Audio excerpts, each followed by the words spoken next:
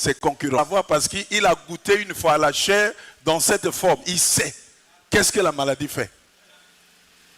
Il sait qu'est-ce que la douleur fait. Parce que dans la forme de la colonne de feu, Frère Branham dit, il ne ressent rien. C'est pourquoi quand il était colonne de feu, c'est comme s'il était plus sévère avec les gens. Il était un peu plus sévère. Vous faites pas, il frappe. Pas, il frappe. Mais quand il est devenu homme, il a vu que résister à la tentation des femmes, ça c'est donné aux aigles. Oh, dites amen. Ça c'est pour les commandos. Hein? Les commandos qui sont formés. Parce qu'un commando qui est formé, il sait que l'ennemi dans l'espionnage peut utiliser les femmes. Ça, les païens le savent. Donc, quand tu occupes de grandes fonctions dans un pays, il faut te méfier des femmes. Ça n'a rien à voir même avec l'église. Et c'est comme ça que Poutine a terrassé tous ses adversaires, la majorité de ses adversaires en Union soviétique, en Russie. C'est comme ça qu'il a terrassé ses concurrents. Qu'est-ce qu'il faisait? Il envoyait les femmes.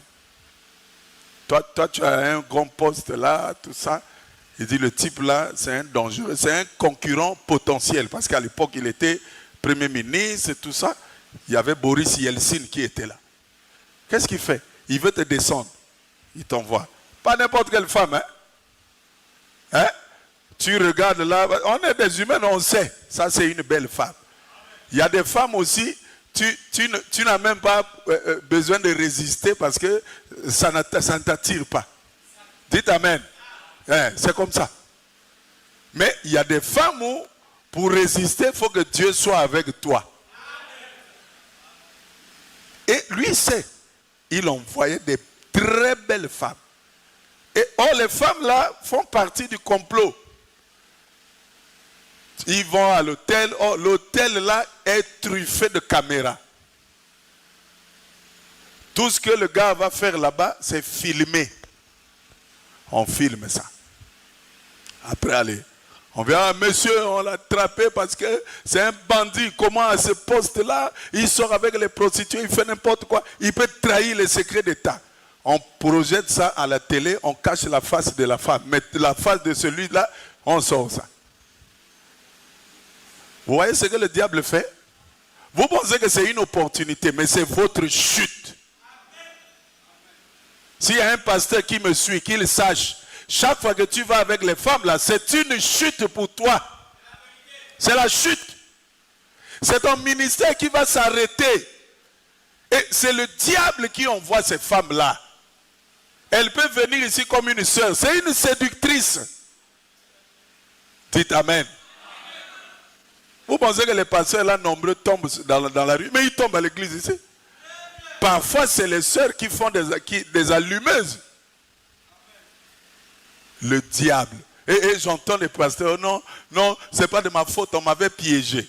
Ça, c'est quelqu'un, il est responsable. Tu es un aventureux. Non, c'est pas moi, on m'avait piégé. Toi, un serviteur de Dieu, tu sais pas que le diable va t'attaquer. Quand tu deviens chrétien, tu as déclaré la guerre à Satan, que tu le dises ou non. Dites amen.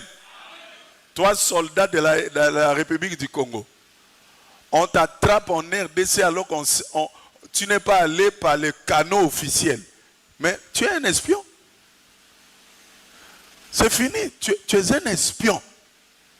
Donc, quand nous devenons chrétiens, nous déclarons la guerre implicitement à Satan. Donc, tu te gardes. Oh non, c'est elle qui était venue. Mais Joseph aussi, c'est elle qui était venue. Hein? Joseph, c'est elle qui était venue. Joseph n'avait rien à faire. Il n'avait qu'à accepter ce que la femme de Potiphar lui avait proposé. Et puis l'affaire était réglée. Mais Joseph préservait son ministère. Joseph craignait Dieu. Il savait que Potiphar ne saura pas. Mais le Dieu que je sais saura. Parce que devant lui, rien n'est caché. Donc, il faut faire très attention, frère. Là où vous allez à l'école, là où vous allez au boulot, le diable va utiliser la plus belle fille. Surtout quand vous avez des positions de pouvoir, il faut faire très attention. L'ennemi va t'avoir là. C'est pour ça que, par exemple, les militaires, pour te marier, on doit d'abord étudier le dossier de ta femme. Un militaire ne se marie pas comme ça. On prend le dossier, on regarde, est-ce qu'elle n'est pas liée à une puissance étrangère qui peut faire qu'on manipule le gars pour soutirer des secrets d'État. C'est très sérieux. Et nous, les chrétiens, on devait être beaucoup plus sérieux avec ça que les païens. Parce qu'ils ont un royaume périssable qui préserve. Mais nous avons un royaume qui ne périra jamais. Donc Dieu dit à Moïse, voici ce que je m'apprête à faire. Tu vois ce que j'avais dit à Abraham? C'est maintenant que je vais l'accomplir. Toi, il dit, mais Seigneur, mais moi, il dit, non, c'est toi que j'ai choisi. Mais Seigneur, moi je ne sais pas parler, je bégaye et tout ça. Hein? Oh, mais comment un prophète qui bégaye? C'est Dieu qui l'a choisi. Non, mais comment un prophète, là où on dit le, lui il dit là. Là où on dit là, lui dit le. Comment un prophète qui n'est pas instruit? Ce n'est pas des lèvres balbutiantes que je vous parlerai. Frère Branham dit que Pierre ne savait pas signer son nom. Lui, il connaissait les calculs pour vendre son poisson, c'est tout. Les dissertations, il ne connaissait pas. Mais c'est à lui que Dieu a remis les clés. Dieu ne nous choisit pas par notre niveau d'études. Et ce n'est pas parce que tu as étudié que Dieu ne peut pas te choisir, non. Parce qu'aujourd'hui, on comprend, non, les vrais serviteurs, c'est ceux qui n'ont pas étudié. Tu peux être illettré, tu es aussi faux prédicateur. Dites Amen. Mais tu peux être un lettré comme Paul, tu es un vrai. Au point de dire que si quelqu'un est spirituel, si quelqu'un est prophète ou inspiré, il doit reconnaître que ce que je dis est un commandement du Seigneur. Amen. Mais Paul ne s'est jamais appuyé sur sa connaissance pour enseigner. Non. Il dit, je ne suis pas venu auprès de vous avec les discours persuasifs. Mais je suis venu avec la démonstration de l'esprit. Et l'intellectualisme ne peut pas produire le surnaturel. Jamais. L'intellectualisme ne produit pas le surnaturel.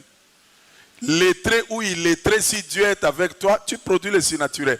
Nous, on croit en Dieu. On ne croit pas à celui qui est lettré ou on ne croit pas à celui qui est illettré. Nous croyons en Dieu, quel que soit le vase qu'il utilise.